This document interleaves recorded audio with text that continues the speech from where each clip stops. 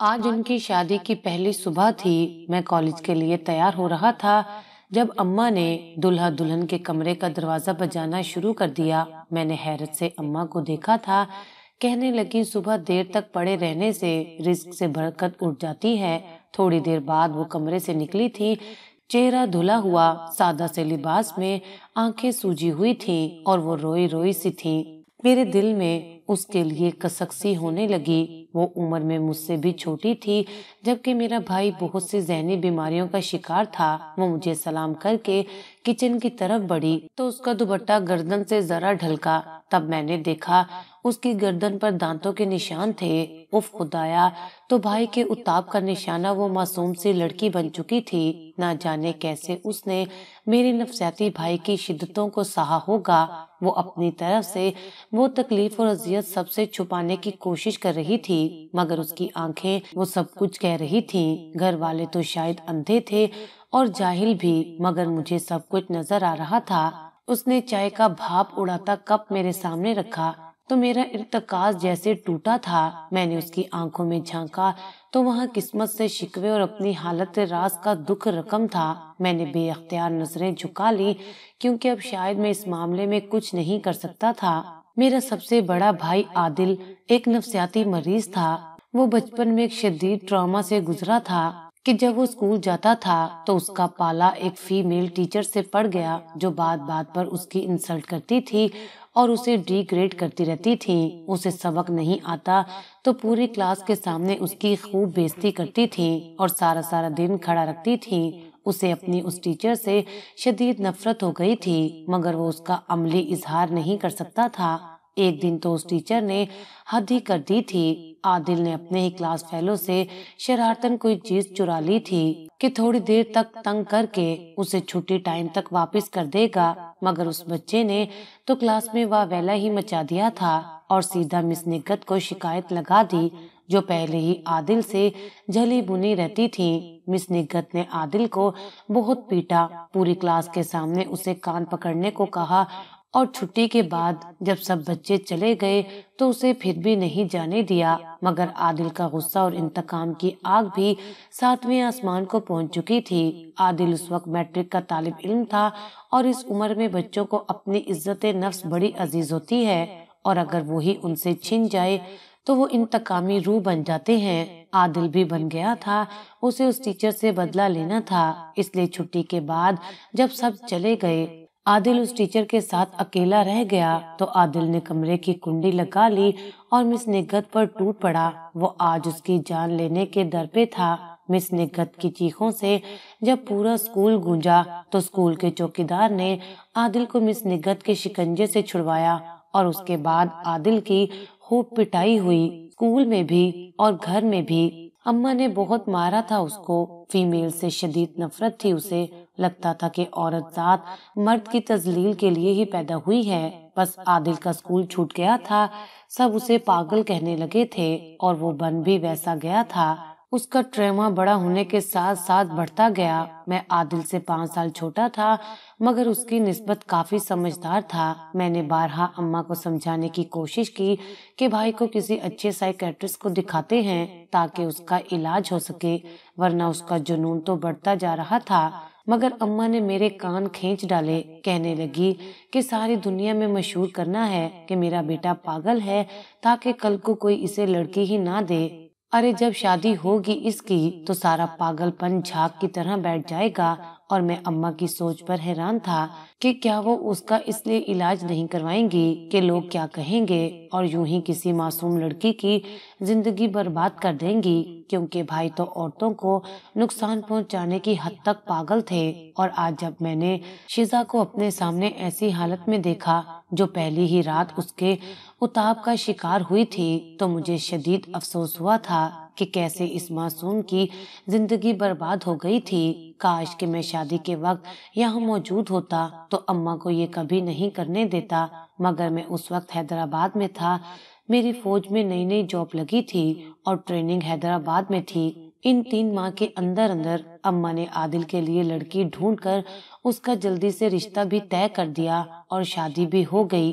شیزا کافی غریب خاندان سے تعلق رکھتی تھی، اس لیے جب اس کے ماں باپ نے دیکھا کہ گھر کافی اچھا ہے اور کھاتے پیتے لوگ ہیں، ہماری بیٹی کو وہاں کوئی پریشانی نہیں ہوگی، تو انہوں نے لڑکے کی جانچ پڑتال کیے بغیر ہی شادی کی حامی بھر لی۔ شادی بہت سادگی سے ہوئی تھی، اس لیے دور پرے کے رشتہ داروں کو تو علم تک نہ تھا کہ عادل کی شادی ہو چکی ہے۔ اماں نے سب کام خفیہ طریقے سے سر انجام دیے تاکہ ان کے بیٹے کے پاگل پن کا علم لڑکی والوں کو نہ ہو، اور ایسا ہی ہوا کہ جب میں شادی کی رات کو ہی گھر پہنچا تھا تو حیران رہ گیا تھا کہ اماں نے کیسا ظلم کر دیا۔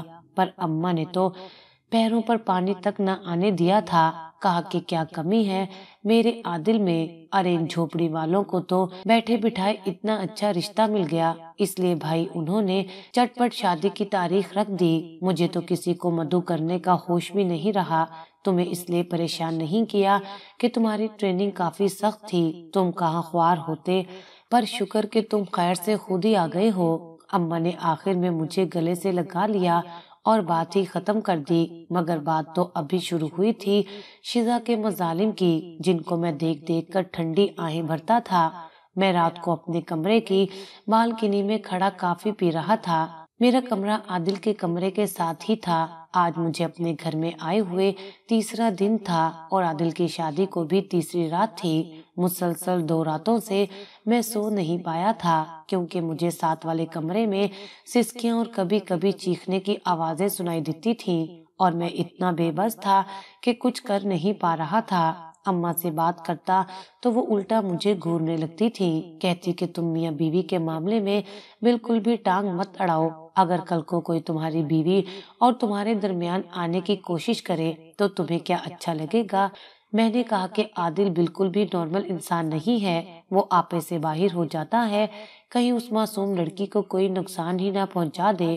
اماں بولی کہ اچھا تجھے بڑی فکر ہو رہی ہے اس معصوم پری کی، وہ تو اس گھر میں رہ کر عیش کر رہی ہے، اگر تو اس کا گھر دیکھ لیتا کہ میں اسے کہاں سے نکال کر لائی ہوں تو خود اس کی قسمت پر رشک کرتا۔ جھونپڑی میں رہتی تھی وہ اپنے لاتعداد بہن بھائیوں کے ساتھ، اور یہاں تو میں نے اسے ایک کمرہ دے رکھا ہے جس میں اے سی ساری رات چلتا ہے۔ میں نے کہا اماں آپ تو دنیاوی آسائشوں کو دیکھتی ہیں، مگر جو انسان کو ذہنی تکلیف ہوتی ہے اس کا کیا؟ ایک پاگل انسان کے ساتھ ایک نارمل انسان کا رہنا کتنا مشکل ہوتا ہے، اور پاگل بھی وہ جو کہ اسے نقصان پہنچانے سے دریغ نہیں کرے گا۔ مجھے ساری رات اس کے کمرے سے چیخوں اور سسکیوں کی آوازیں سنائی دیتی ہیں، میں یہ سب برداشت نہیں کر سکتا۔ اماں کہنے لگی کہ پھر تو واپس چلا جا، کیا تیری چھٹی ابھی ختم نہیں ہوئی؟ اور میں اماں کی صفاقی پر حیران ہو جاتا، وہ بھی تو ایک عورت تھی، ایک عورت ہی عورت کا درد نہ سمجھے تو پھر مرد اسے کیا سمجھائے؟ بھلا اماں سے بحث کرنے کا کوئی فائدہ نہیں تھا۔ میں ابھی بھی اپنی بالکنی میں کھڑا ساتھ والے کمرے سے شور شرابے کی آوازیں سن رہا تھا۔ جب شور بہت زیادہ بڑھنے لگا تو میں بے چینی سے اپنے کمرے میں ٹہلنے لگا، اس سے پہلے کہ میں ان کا دروازہ بجاتا اور عادل کو باہر نکال کر اسے ایک تھپڑ رسید کرتا۔ کمرے کا دروازہ زور سے کھلا اور شیزا بھاگتی ہوئی گھر کے لان میں چلی گئی، وہاں درخت کے نیچے بیٹھ کر سسکنے لگی۔ وہ بہت ڈری اور سہمی ہوئی لگ رہی تھی، مجھے اس پر بے انتہا ترس آ رہا تھا۔ اتنے میں عادل بھی اس کے پیچھے پیچھے گیا۔ میں یہ سارا منظر اپنی بالکنی سے دیکھ رہا تھا۔ میں دیکھنا چاہتا تھا کہ عادل کس حد تک اسے تنگ کرتا ہے، مگر جو اگلا منظر میں نے دیکھا میرے پیروں تلے سے زمین نکل گئی، کیونکہ عادل نے اب اسے بالوں سے پکڑ لیا تھا اور اپنے ساتھ کمرے میں گھسیٹ کر لے جا رہا تھا۔ تو شیزا اس کے پاؤں پڑ گئی، اس سے معافیا مانگنے لگی کہ مجھے چھوڑ دو، خدا کے لیے میرا کوئی قصور نہیں ہے، میں نے آپ کا کوئی نقصان نہیں کیا۔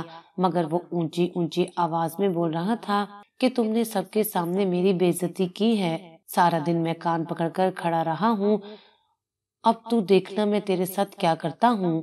اس دن تو تم مجھ سے بچ گئی تھی، مگر آج تجھے کون بچائے گا؟ یہ کہتے ساتھ ہی وہ اسے کھینچ کر کمرے میں لے گیا اور دروازہ بند کر دیا۔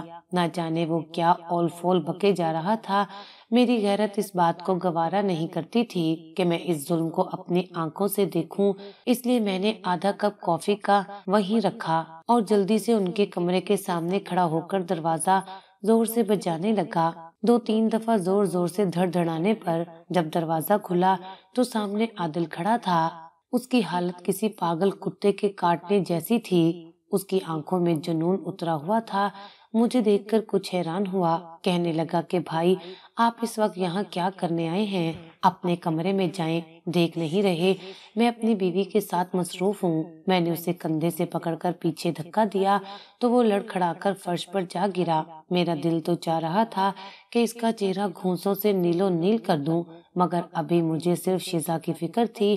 وہ ایک کونے میں دبکی بیٹھی روئی جا رہی تھی، بار بار ہاتھ جوڑ رہی تھی۔ اس کا دوپٹہ نیچے گرا ہوا تھا، بال بکھرے ہوئے تھے۔ میں نے فرش پر سے اس کا دوپٹہ اٹھایا اور اس کے سر پر جما دیا۔ اسے کندھوں سے پکڑ کر اٹھایا تو وہ سہمے ہوئے بچے کی طرح میرے کندھے سے جا لگی۔ وہ تھی بھی بالکل بچوں جیسی، کیونکہ اس کی عمر بامشکل 15-16 سال ہی ہوگی۔ مجھے بار بار اماں پر غصہ آ رہا تھا، کیونکہ عادل سے زیادہ اماں قصوروار تھیں۔ جب انہیں پتا تھا کہ اس کا بیٹا پاگل ہے اور وہ اس لڑکی کے ساتھ برا سلوک کرے گا تو انہیں عادل کی شادی ہی نہیں کرنی چاہیے تھی، پہلے اس کا علاج کروانا چاہیے تھا۔ وہ میرے کندھے سے لگی تھر تھر کانپ رہی تھی۔ عادل ایک دم غصے سے میری طرف لپکا اور کہا کہ چھوڑے اسے، یہ میری بیوی ہے، اسے کہاں لے کر جا رہے ہیں؟ اماں نے میری شادی اس سے کی ہے۔ میں نے اس کے منہ پر ایک گھونسا جڑ دیا۔ میں نے کہا کہ پہلے شادی کے اہل تو بنو، تم تو شوہر کہلانے کے حقدار نہیں ہو، جاہل گوار پاگل کہیں کے۔ خبردار جو اس کے قریب آنے کی کوشش بھی کی تو دیکھ لیا میں نے، یہ پاگل پن اب اور نہیں برداشت کروں گا، اور اگر میرے پیچھے آنے کی کوشش بھی کی تو میں تمہارا برا حشر کروں گا، سمجھے؟ میں نے اس کی آنکھوں میں آنکھیں ڈال کر کہا اور شیزا کو وہاں سے لے کر باہر آ گیا، اور اس کی اٹکی ہوئی سانس بحال ہوئی، کیونکہ اگر آج میں اس کی مدد نہ کرتا تو شاید وہ اپنی آخری سانسیں لے رہی ہوتی۔ میں شیزا کو لے کر اپنے کمرے میں آ گیا، کیونکہ گھر میں کوئی اور کمرہ خالی نہیں تھا جہاں پر میں اسے بھیج سکتا۔ ایک کمرے میں میری منجلی بھابھی اپنے بچوں کے ساتھ ہوتی تھی، دوسرے کمرے میں اماں۔ میں نے اسے صوفے پر بٹھا دیا اور کہا کہ یہ لو پانی پی لو۔ ساتھ پڑے جگ میں سے ایک گلاس پانی کا نکال کر اسے دیا تو وہ غٹا غٹ پی گئی۔ اس کے ہاتھ ابھی بھی کانپ رہے تھے۔ مجھے اسے دیکھ کر بے پناہ ترس آ رہا تھا۔ وہ بہت معصوم اور پیاری لڑکی تھی، بالکل کسی گڑیا کی طرح۔ اس کی تو شاید گڑیوں کے ساتھ کھیلنے کی عمر تھی، مگر قسمت اسے کہاں سے کہاں لے کر آ گئی تھی۔ میں نے کہا کہ آج کے بعد تمہیں پریشان ہونے کی قطعاً ضرورت نہیں ہے، کیونکہ میں تمہارے ساتھ ہوں، میں تم پر ظلم نہیں ہونے دوں گا۔ کہنے لگی کہ پلیز مجھے اس سے بچا لیں، وہ مجھے مار ڈالے گا، میں ابھی مرنا نہیں چاہتی۔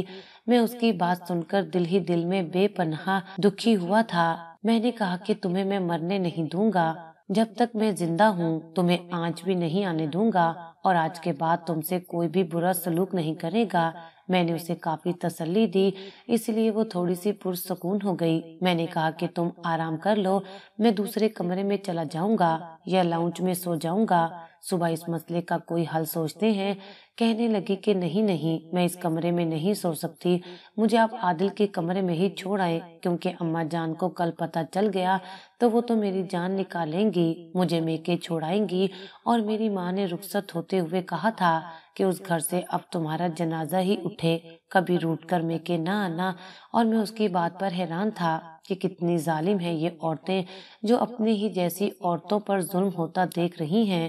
عورت کو تو عورت کے جذبات سمجھنے چاہیے، مگر یہاں تو وہ قصہ ہی ختم تھا۔ ایک طرف میری ماں تھی جس نے اپنے جنگلی بیٹے کو بیاہ دیا تھا، اور دوسری طرف شیزا کی ماں تھی جس نے اپنی بیٹی کو شاید کنویں میں دھکا دیا تھا اور کہہ رہی تھی کہ اب کبھی لوٹ کر نہ آنا۔ میں نے کہا کہ تم بس یہاں آرام کرو، میں اماں کو سنبھال لوں گا، اگر میری ہر بات مانتی رہو گی تو زندہ رہو گی، ورنہ تو یہ لوگ تمہیں موت کے گھاٹ اتار کر ہی دم لیں گے۔ میں اسے تنبیہ کر کے نیچے لاؤنج میں آ گیا تھا اور صوفے پر سو گیا۔ صبح اٹھا تو ایک ہنگامہ سا برپا تھا، گھر میں عادل نے سب کو اکٹھا کر کے تماشا بنا دیا تھا۔ اماں اپنے دونوں ہاتھ کمر پر رکھے مجھے گھورے جا رہی تھی، بھابھی بھی اپنے بچوں سمیت لاؤنج میں آ کھڑی تھی۔ تماشا دیکھنے کو سب بےتاب تھے۔ عقیل بھائی کے انتقال کے بعد وہ اسی گھر میں ہی ان کی بیوہ کے طور پر رہتی تھی، اپنے بچوں سمیت۔ میں ایک دم ان سب کو اپنے سروں پر کھڑا پا کر ایک دم بکھلا کر اٹھا تھا، اپنے بالوں میں انگلیاں ڈال کر ان کو سیدھا کیا اور کہا کہ کیا ہو گیا ہے بھائی، کیوں صبح صبح یہاں ادھم مچا رکھا ہے؟ میری اس بات پر تو اماں ایک دم ہتھے سے اکھڑ گئی تھی، کہنے لگی کہاں ہے عادل کی بیوی، تمہیں شرم نہیں آتی؟ دوسروں کی بیویوں پر ڈاکہ ڈالتے ہوئے وہ بیچارہ رات سے اپنی بیوی سے محروم اپنے کمرے میں بیٹھا رو رہا ہے۔ دیکھو تو ذرا میرے بچے کی آنکھیں سوج چکی ہیں، تمہیں کچھ احساس بھی ہے اور ہم سے پوچھ رہے ہو کہ کیا ادھم مچا رکھا ہے یہاں؟ میں اماں کی بات سن کر ایک دم اٹھ کھڑا ہوا، اماں سے کہا کہ اگر رات کو میں اسے اس پاگل انسان سے نہ چھڑاتا تو اس وقت گھر میں صفا ماتم بچھی ہوتی اس مظلوم لڑکی کی۔ شکر کریں کہ آپ کا پاگل بیٹا قاتل بننے سے بچ گیا ہے۔ میں اب اماں کو جواب دے کر عادل کے بالکل مد مقابل جا کھڑا ہوا۔ میں نے کہا کہ کیا تم اس کے لائق بھی ہو؟ خبردار جو آئندہ اس کے قریب جانے کی کوشش بھی کی تو میں بھول جاؤں گا کہ میں تمہارا چھوٹا بھائی ہوں۔ میں نے اس کی آنکھوں میں آنکھیں ڈال کر غصے سے کہا کہ وہ ایک دم سہم گیا اور پھر سے اماں سے جا چپکا۔ اماں جو اب تک میری باتیں خاموشی سے کھڑی سن رہی تھیں، ایک دم سے انہوں نے زناٹے دار تھپڑ میرے منہ پر دے مارا، کہنے لگی بے غیرت، بے شرم، اپنے ہی بھائی کی بیوی پر نظر رکھے بیٹھے ہو۔ ارے تجھے تو کوئی بھی مل جائے گی، مگر عادل کو تو پہلے ہی مشکل سے ملی ہے بیوی، ابھی اور اسی وقت اسے اپنے کمرے سے نکالو اور عادل کے حوالے کر دو، ورنہ میں تجھے اپنا دودھ نہیں بخشوں گی۔ اماں ایک دم سے جلال میں آ گئی تھی۔ ابا مرحوم جاتے جاتے اپنا غصہ بھی اماں میں منتقل کر کے گئے تھے، اپنی محبت کی آخری نشانی کی طرح، اور اماں اس کا خوب استعمال کر رہی تھی۔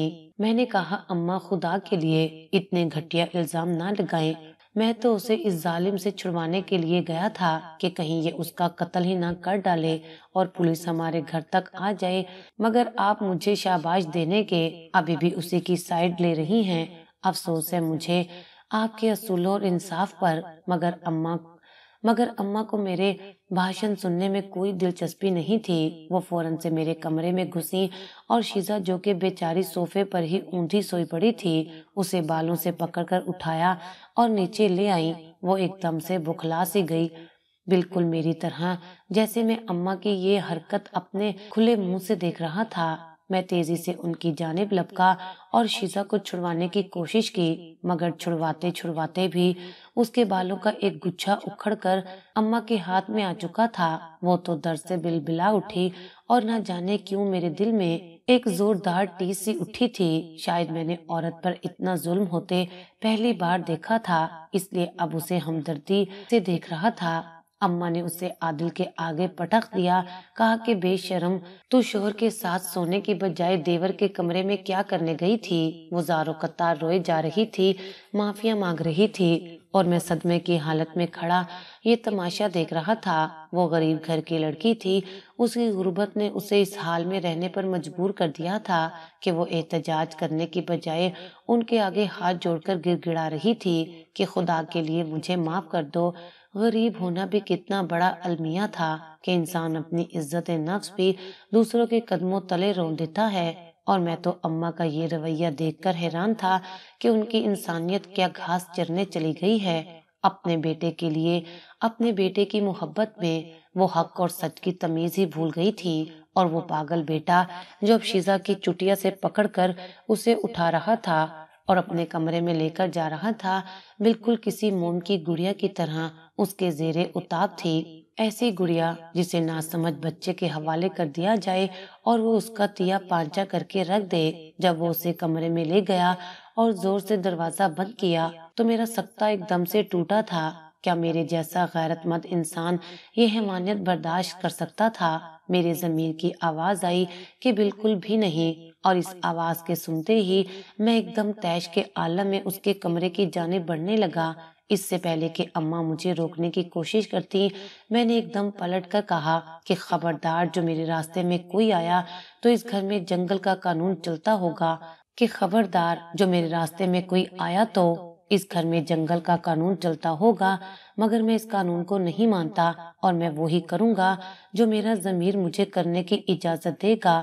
میں پہلی دفعہ اماں کے روبرو یوں اونچی آواز میں بولا تھا، مگر مجھے اماں کے رویے نے توڑ کر رکھ دیا تھا کہ وہ ایک معصوم غریب لڑکی پر کس طرح سے ظلم کر سکتی ہیں اور ظلم کے خلاف کیسی آواز اٹھانی ہے، یہ میں اچھی طرح سے جانتا تھا۔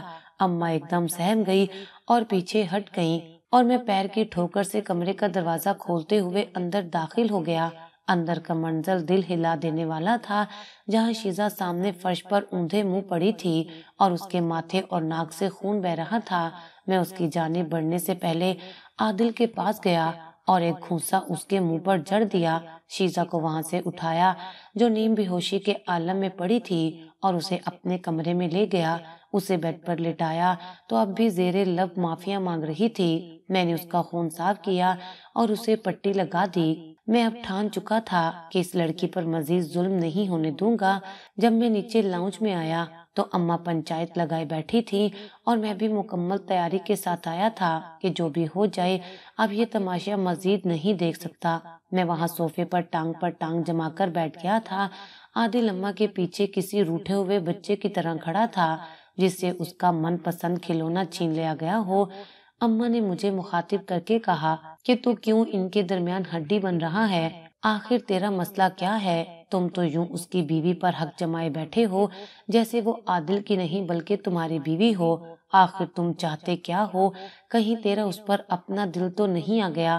اماں نے تفتیش کے عالم میں پوچھا تو ایک دم میرا دل سینے کے اندر زور سے دھڑکا تھا۔ میں نے کہا اماں کہ میں ایک شرط پر ہی شیزا کو اس کے حوالے کروں گا، اور اگر وہ نہ مانی گئی تو شاید میرا دل بھی آ سکتا ہے اس لڑکی پر اور میں عادل سے اسے چھین بھی سکتا ہوں۔ میری بات سن کر تو اماں کو جیسے سکتہ سا ہو گیا تھا۔ انہوں نے فوراً اپنے دل پر ہاتھ رکھ لیا، کہنے لگی کہ میں نے تو شادی کے دوسرے دن ہی تیرے تیور دیکھ لیے تھے کہ تو خود اس پر لٹو ہو گیا ہے۔ ارے کم بخت، تو جوان ہے، خوبرو مرد ہے، تجھے اس چھٹانگ بھر کی چھوری میں کیا نظر آیا ہے کہ تو اپنے ہی بھائی کے حق پر ڈاکہ ڈالنے کی اسکیمیں بنا رہا ہے؟ مجھے اماں کی سوچ پر افسوس ہوا، مگر میں بھی ٹھان چکا تھا کہ چاہے ان سے جھوٹ ہی کیوں نہ بولنا پڑے، میں شیزا کو اب ان کے حوالے نہیں کروں گا۔ اس لیے میں نے اپنی بات جاری رکھی اور کہا کہ اگر آپ چاہتی ہیں کہ میں آپ کے معصوم بیٹے کے حق پر ڈاکہ نہ ڈالوں تو پہلے اپنے بیٹے کا علاج کروائیں، اس کی تھراپی کروائیں، تاکہ اس کے دماغ میں سے یہ غلط عقیدہ نکلے کہ ایک عورت پر ظلم کرنا ایک مرد کا شیوا ہونا چاہیے۔ میں یہ نہیں کہتا کہ عادل پاگل ہے، مگر اسے واقعی تھراپی کی ضرورت ہے۔ یہ نہ صرف شیزا کی زندگی کے لیے ضروری ہے بلکہ خود عادل کے لیے بھی بہت ضروری ہے۔ میری بات سننا تھی کہ اماں تو ہتھے سے ہی اکھڑ گئیں، ایک دم سے کھڑی ہو گئیں اور عادل کے سامنے ایک ڈھال بن گئیں، جیسے میں نے عادل کو کوئی گولی دے ماری ہو۔ اماں نے کہا کہ پہلے تو اپنے دماغ کا علاج کروا، کسی دوسرے کی بیوی پر حق جتانا بھی غلط بات ہے۔ میرا بیٹا بالکل ٹھیک ہے، اسے کچھ بھی نہیں ہوا، اور ویسے بھی عورت کو دبا کر ہی رکھنا چاہیے ورنہ وہ مرد کو اپنا غلام بنا لیتی ہے۔ مجھے میرے بیٹے کے طریقہ کار سے کوئی بھی مسئلہ نہیں ہے۔ میں کچھ دیر تک تو سکتے میں اماں کی بات سنتا رہا، جو ذرا بہت شک تھا مجھے کہ اماں کی سوچ کیسی تھی وہ اب دور ہو چکا تھا۔ اس لیے میں نے اپنا فیصلہ سنا دیا، اور میرا فیصلہ سن کر ان کے چہرے ایسے ہو گئے تھے جیسے لٹھے کی مانند سفید پڑ گئے ہوں۔ میں جانتا تھا کہ میرے فیصلے پر مجھے لان تان کیا جائے گا، تنقید کا نشانہ بنایا جائے گا اور شاید گھر سے بھی بے دخل کر دیا جائے، مگر مجھے کوئی پرواہ نہیں تھی، کیونکہ انسانیت کو بچانے کے لیے اس طرح کا رسک تو لینا ہی پڑتا ہے، اور میں یہ رسک لے چکا تھا۔ میں شیزا کے پاس آیا تو وہ سکون کے عالم میں سو رہی تھی۔ یہ سکون اسے کبھی کبھار ہی نصیب ہوتا تھا، اور میں چاہتا تھا کہ اب اس کی ساری تکلیفیں دور کر دوں، چاہے اس کے لیے مجھے گھر والوں کے آگے کتنی ہی مخالفت کیوں نہ مول لینی پڑے۔ میں نہیں جانتا تھا کہ یہ فیصلہ میرے دل کا ہے یا میرے ضمیر کا، مگر یہ فیصلہ کر کے میں ایک دم سے شانت پڑ گیا تھا۔ میں نے اماں سے کہا تھا کہ عادل کو کہہ کر شیزا کو طلاق کروائیں، ورنہ میں شیزا کو کورٹ میں لے جاؤں گا اور وہ خلا کا مقدمہ دائر کرے گی اور ایک ہی پیشی میں اس کی طلاق ہو جائے گی۔ اس لیے اچھا ہے کہ گھر کی بات گھر میں ہی رہے، شیزا کو طلاق دے دے اور میں اسے اپنے نکاح میں لے لوں گا اس کی عدت ختم ہونے کے بعد، مگر میں اس پر مزید ظلم برداشت نہیں کر سکتا۔ اور اماں نے ایک دم سے اپنا ماتھا پیٹ لیا تھا، کہنے لگی کہ میں تو پہلے ہی کہتی تھی کہ تیرا اس پر دل آ گیا ہے۔ ارے بڑی مشکل سے عادل کو ملی ہے، خدا کے لیے اسے اس کے حال پر چھوڑ دے اور چلا جا یہاں سے۔ تو ادھر جائے گا، میں تیری شادی کروا دوں گی۔ مگر میں ٹس سے مس نہ ہوا۔ میں نے اماں کو دھمکی دی کہ اگر آپ نے میری بات آج ہی نہ مانی تو میں ساری دنیا کے سامنے بول دوں گا کہ عادل ایک پاگل ہے، کہ ایک پاگل انسان کی گھر کے اندر کوئی جگہ نہیں ہوتی، اس کی جگہ جہاں ہوتی ہے وہ آپ خوب جانتی ہیں۔ اور اماں ایک دم دہل کر رہ گئی تھی، بولی کہ قدیر تم کتنے ظالم بھائی ہو، اپنے معصوم بھائی کا ذرا بھی خیال نہیں ہے تمہیں۔ ارے کوئی انسانیت نام کی چیز ہے تمہارے اندر یا نہیں؟ اور میں اماں سے کہنے لگا کہ انسانیت کے سبق آپ مجھے نہ پڑھائیں، کیونکہ آپ کے اندر جتنی انسانیت ہے وہ میں پہلے ہی دیکھ چکا ہوں۔ میں بھی آپ ہی کا بیٹا ہوں، اور اگر آپ میری بات مان لیتی اور عادل کا علاج کروا دیتی تو شاید یہ ٹھیک ہو سکتا تھا، مگر آپ کو تو اپنی انا اور ناک بڑی عزیز ہے کہ خاندان والے کیا باتیں بنائیں گے، پر مجھے کسی کی کوئی پرواہ نہیں ہے۔ آپ ابھی اور اسی وقت شیزا کو طلاق دلوائیں تاکہ میں خاموشی اختیار کر لوں، ورنہ میں یہ کہہ کر اپنے کمرے میں آ چکا تھا۔ اور میں جانتا تھا کہ اماں اتنی بھی بے وقوف نہیں ہیں، وہ مجھے جانتی تھی کہ میں جو بات کر دوں وہ کر کے ہی رہتا ہوں۔ انہوں نے مجھے دھمکی دی تھی کہ میں تجھے اپنا دودھ نہیں بخشوں گی، تجھے اس گھر سے ہمیشہ کے لیے نکال دوں گی۔ میں جانتا تھا کہ اماں وقتی طور پر جذباتی ہو رہی ہیں، اس لیے میں نے کہا کہ ٹھیک ہے، میں چلا جاؤں گا، جب شیزا کی عدت ختم ہوگی اور میں اس سے نکاح کر لوں گا تب میں یہ گھر چھوڑ کر چلا جاؤں گا۔ اور ایسا ہی ہوا تھا۔ اماں کو بالآخر میرے آگے ہتھیار ڈالنے پڑے تھے۔ عادل نے بہت واویلا مچایا تھا، مگر میرے فیصلے کے آگے سب لوگ بے بس ہو گئے تھے، جیسے شیزا ان گھر والوں کے ظلم کے آگے بے بس تھی۔ پر ہر ظالم کے اوپر ایک ان سے بڑا ظالم ہوتا ہے، کیونکہ ظلم کا بدلہ ظلم کے سوا کچھ نہیں ہوتا۔ اماں کے مطابق میں اپنے بھائی کی بیوی چھین رہا تھا، مگر میرے نزدیک یہ ظلم نہیں تھا بلکہ انصاف تھا۔ پر میں گھر والوں کی جاہلیت پر مزید لیکچر نہیں دے سکتا تھا، اور نہ ہی ان کی جہالت اتنی جلدی ختم ہو سکتی تھی جو نسلوں سے ہی ان کی گھٹی میں پلائی گئی تھی۔ اس لیے میں نے ان کو اپنے حال پر چھوڑ دیا اور وہی کیا جو مجھے کرنا چاہیے تھا۔ شیزا کی عدت مکمل ہونے کے بعد میں نے اس سے نکاح کر لیا۔ وہ اس سارے معاملے میں خاموش رہی تھی، کیونکہ اسے لگتا تھا کہ اسے بولنے کا کوئی حق حاصل نہیں ہے۔ اسے شروع سے ہی یہی پڑھایا گیا تھا کہ جو تمہارے ساتھ جیسا بھی سلوک کرے وہ تم نے چپ چاپ سہنا ہے، کیونکہ تم بنے ہی اسی لیے ہو۔ غریب گھر کی لڑکیاں شاید اتاب سہنے کے لیے ہی ہوتی ہیں، اور اگر وہ اپنے حق کے لیے بول لیں تو لوگ ان کی زبان تک کھینچ لیتے ہیں۔ شیزا سے نکاح کرنے کے بعد میں ایک دم سے پرسکون ہو گیا تھا۔ میں نہیں جانتا تھا کہ میرے دل میں اس کے لیے کیا جذبہ ہے۔ کیا یہ صرف ہمدردی کا جذبہ تھا جس نے مجھے اتنا بڑا قدم اٹھانے پر مجبور کیا اور اپنے بھائی اور ماں کے سامنے کھڑا کر دیا، یا یہ کچھ اور بھی تھا؟ اور اس کچھ کے بارے میں فی الحال کچھ نہیں جانتا تھا، یہ تو وقت ہی بتائے گا۔ میں شیزا کے ساتھ نکاح کر کے اسے اپنے ساتھ حیدرآباد لے آیا تھا۔ مجھے سرکار کی طرف سے ایک کوارٹر بھی ملا تھا۔ اس دوران میں نے شیزا کی ذہنی حالت بہتر کرنے کی مکمل کوشش کی تھی، کیونکہ وہ بھی ذہنی طور پر بہت ڈسٹرب تھی۔ میں نے اسے وقت دیا تھا تاکہ وہ اس رشتے کو قبول کر سکے اور یہ جان سکے کہ اس کی رائے بھی کچھ اہمیت رکھتی ہے۔ وہ میری سنگت میں آ کر بالکل خاموش مگر پرسکون ہو گئی تھی۔